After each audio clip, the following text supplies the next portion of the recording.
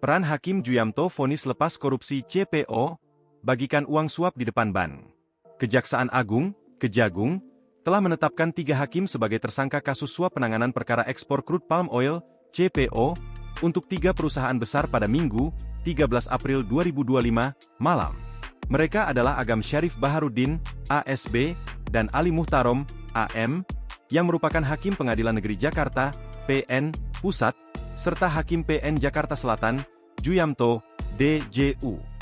Kejagung menduga ketiga tersangka menerima suap dari Ketua Pengadilan Negeri Jakarta Selatan, Muhammad Arif Nuryanta, MAN, sebesar 22,5 miliar rupiah agar putusan perkara 3 korporasi besar itu onslak atau putusan lepas.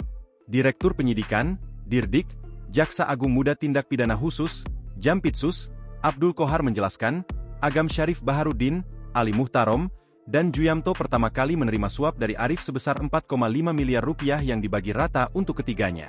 Suap senilai 4,5 miliar rupiah diberikan Arif dengan pesan agar perkara ekspor CPO diatasi.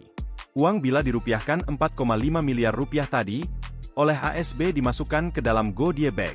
Kemudian, setelah keluar dari ruangan, uang tadi dibagi kepada 3 orang, yaitu masing-masing ASB sendiri, kepada AM, dan juga kepada DJU, ujar Kohar dalam konferensi persnya, Senin, 14 April 2025, dini hari.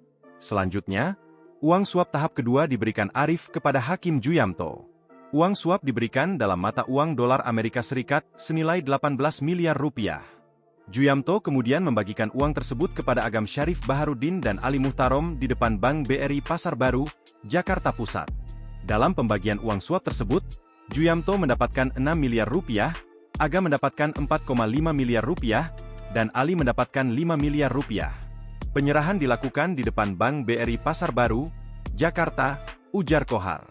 Atas perbuatannya, ketiga tersangka disangkakan melanggar pasal 12C Yungto 12B Yungto 6, ayat 2 Yungto pasal 18 Undang-Undang Tindak Pidana Korupsi, Tipikor, Yungto pasal 55 ayat 1 pertama Kitab Undang-Undang Hukum Pidana, KUHP.